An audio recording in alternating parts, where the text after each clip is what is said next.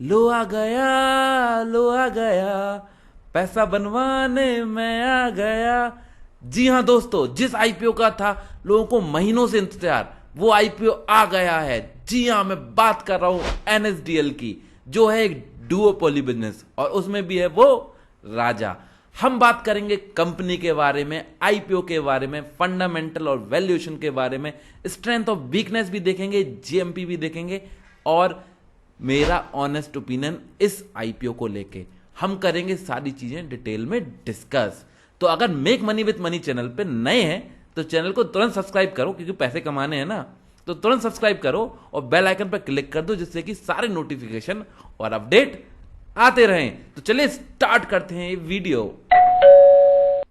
तो हमेशा की तरह सबसे पहले बात करेंगे कंपनी के बारे में। एनएसडीएल इनकॉर्पोरेट हुई थी 2012 में, और इंडिया की ये first SEBI registered security depository है।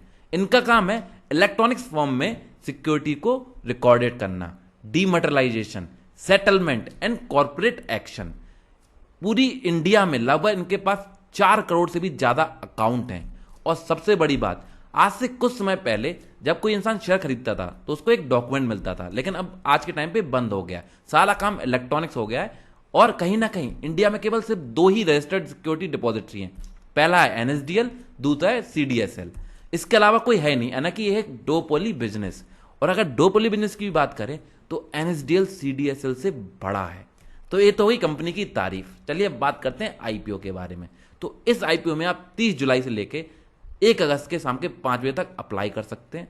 इस आईपीओ का साइज है 4011 करोड़, और पूरा का पूरा ऑफर फॉर सेल, यानी कि सारा पैसा प्रमोटर्स की जेब में जाएगा, कंपनी में कुछ नहीं लगने वाला। और अगर मैं कट ऑफ प्राइस की बात करूं तो इसका कट ऑफ प्राइस है 800 रुपए, और आपको एक लॉट में अगर अप्लाई करना है कट ऑफ प्राइस पे तो आपको 14,400 रुपए इन्वेस्ट करने पड़ेंगे। रिटेल शेयर ऑफर जो है वो 35%, जो कि सबसे अच्छी बात है। लगभग 1400 करोड़ का जो एलोकेशन है वो रिटेलर्स के लिए है। अब बात करें अगर शेयर होल्डर कोटा की, तो इसमें कोई शेयर होल्डर कोटा तो होगा नहीं, क्योंकि इसकी कोई पेरेंट कंपनी है ही नहीं। और अगर आप स्मॉल एचएनआई कैटेगरी में इन्वेस्ट करना चाहते हैं तो आपको 2,01,600 रुपए इन्वेस्ट करने पड़ेंगे। अब बात करें अगर एंकर पोर्शन साइज की, तो इसमें कोई एंकर पोर्शन साइज तो है नहीं।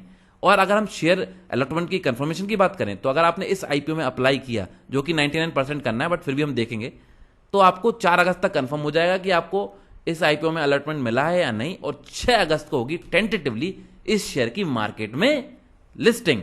तो ये तो हो गई आईपीओ के बारे में बात। चलिए फंडामेंटल वैल्यूएशन देखते हैं। चलो सबसे पहले बात करेंगे फंडामेंटल्स की। तो 2023 में जो कंपनी का रेवेन्यू 1099 था, वो 2025 में बढ़ के हो गया 1535 करोड़। प्रॉफिट आफ्टर टैक्स 234 से बढ़ के हो गया 343 करोड़। एबिटा भी बढ़ रहा है। नेटवर्थ भी कंपनी की 1400 से बढ़ के 2000 के ऊपर निकल चुकी है। और अगर रिजर्व एंड सरप्लस की बात करें तो कंपनी का रिजर्व भी, फ्री कैश फ्लो भी बढ़ रहा है। और कंपनी के पास सबसे बड़ी बात, कोई बोरोइंग है ही नहीं। तो ये तो हो गई शानदार कंपनी के शानदार फंडामेंटल्स। लेकिन वैल्यूएशन सबसे इंपॉर्टेंट है यहां देखना। अगर वैल्यूएशन की बात करें तो इनका पी रेशियो है 46.63। और अगर इनके एक लौते कॉम्पिटिटर जो कि है सीडीएसएल, उससे बात करें तो उसका करंटली जो ऑलरेडी मार्केट में लिस्टेड है, उसका पी चल रहा है 68.04। अर्निंग पर शेयर है 17.16, जबकि इसके पीयर का है 25.2। तो वैल्यूएशन तो इनसेन है। बट अगर आप सीडीएसएल की हिस्ट्री देखें तो लास्ट 5 ईयर में इसने एक्सेप्शनल रिटर्न दिए हैं। तो क्या एनएसडीएल भी वही बनेगा? You never know. और उसकी जो वैल्यूएशन है हमेशा ही हाई रही है। कुछ शेयर की वैल्यूएशन कभी कम होती नहीं। बजाज फाइनेंस को ही ले लो, 2000 में भी लोगों को लगता है वैल्यूएशन ज्यादा है, आज भी लगता है लोगों को वैल्यूएशन ज्यादा है, लेकिन लगातार शेयर अच्छे रिटर्न दिए जा रहा है। अगर रिटर्न ऑन इक्विटी की बात करें तो 17% का बेहतरीन रिटर्न ऑन इक्विटी है, और पीबी रेशियो है 7.98। तो वैल्यूएशन तो हाई है, फंडामेंटल सॉलिड है। चलिए अब देखते हैं स्ट्रेंथ और वीकनेस, क्योंकि अगर वैल्यूएशन हाई है तो स्ट्रेंथ से पता लगेगा कि लॉन्ग टर्म के लिए इन्वेस्टमेंट का इसमें एक्सपोजर बनता है या नहीं। तो चलिए देखते हैं कंपनी की स्ट्रेंथ। तो जैसा कि मैंने कहा कि ये मार्केट लीडर है ही, India first and one of the largest depository है, सीडीएसएल से भी बड़ा है। दूसरा, टेक्नोलॉजी ड्रिवन ऑपरेशंस हैं, इनके पास एडवांस आईटी इंफ्रास्ट्रक्चर है। हम ऑलरेडी डिस्कस कर चुके हैं कि अब शेयर्स आपको मटेरियलाइज फॉर्म में नहीं मिलते, अब केवल और केवल इलेक्ट्रॉनिक्स वे में ही आप शेयर खरीद सकते हैं, और उसके लिए ये हेल्प करेंगे एनएसडीएल या सीडीएसएल ही। और सबसे बड़ी बात, डाइवर्सिफाइड रेवेन्यू भी है इनके पास। एक तो स्टेबल रिकरिंग इनकम है वर्ल्ड वाइड, राइट, और सब्सिडीज से भी पैसा आ रहा है। और सबसे बड़ी बात है, आप समझिए, इंडिया का जैसे जैसे स्टॉक मार्केट ग्रो होगा, जैसे जैसे नए इन्वेस्टर्स आएंगे, उतने ज़्यादा अकाउंट खोलेंगे, उतने ज़्यादा ट्रांजेक्शन होंगे, और उतना ही ज़्यादा इनका प्रॉफिट और रेवेन्यू बढ़ेगा। तो स्ट्रेंथ भी बहुत बढ़िया। वीकनेस की बात कर लें, देखो, ये कहीं ना कहीं सेबी का रजिस्टर्ड सिक्योरिटी डिपॉजिटरी है, तो इसमें रेगुलेशंस तो बहुत ज़्यादा रहेंगे, गवर्नमेंट का भी इंटरफेरेंस बहुत रहेगा और सेबी का भी। तो ये तो इनकी एक वीकनेस है। दूसरा, वैल्यूएशन हाई, हम बात कर ही चुके हैं। और तीसरा, मार्केट लिंक्ड रेवेन्यू है, जो एक तरह से लोग बोलते हैं कि फ्लक्चुएट होता रहेगा, क्योंकि कभी अगर मार्केट डाउन है और बहुत सारे इन्वेस्टर्स इन्वेस्ट नहीं कर रहे हैं तो उसमें इनके रेवेन्यू पे डायरेक्ट इंपैक्ट होगा। बट अगर लॉन्ग टर्म में आप देख रहे हो तो ये तो पक्का है कि इंडिया की सक्सेस स्टोरी स्टॉक मार्केट को लेकर बहुत ग्रो होने वाली है, और उसके साथ ग्रो होंगी सिक्योरिटी डिपॉजिटरी कंपनीज भी। तो कहीं ना कहीं मुझे तो स्ट्रेंथ बहुत अच्छी लग रही है। तो आप बोलेंगे अब ग्रे मार्केट प्राइस कितना चल रहा है भाई, इतना एक्साइटमेंट में बता रहा हूं। चलो ग्रे मार्केट प्राइस देख लेते हैं। 135 रुपए अभी प्रीमियम चल रहा है, बढ़ घट भी सकता है, और 17% लिस्टिंग गेन के चांसेस दिखा रहा है। ये अप डाउन भी हो सकता है, कभी भी हमें ग्रे मार्केट प्राइस के बेसिस पे इन्वेस्ट नहीं करना चाहिए। चलिए मैं अपना ऑनेस्ट ओपिनियन देता हूं। देखिए, मैं कोई सेबी रजिस्टर्ड इन्वेस्टमेंट एडवाइजर नहीं हूं। ये वीडियो आपकी नॉलेज और इन्फॉर्मेशन पर्पस के लिए है।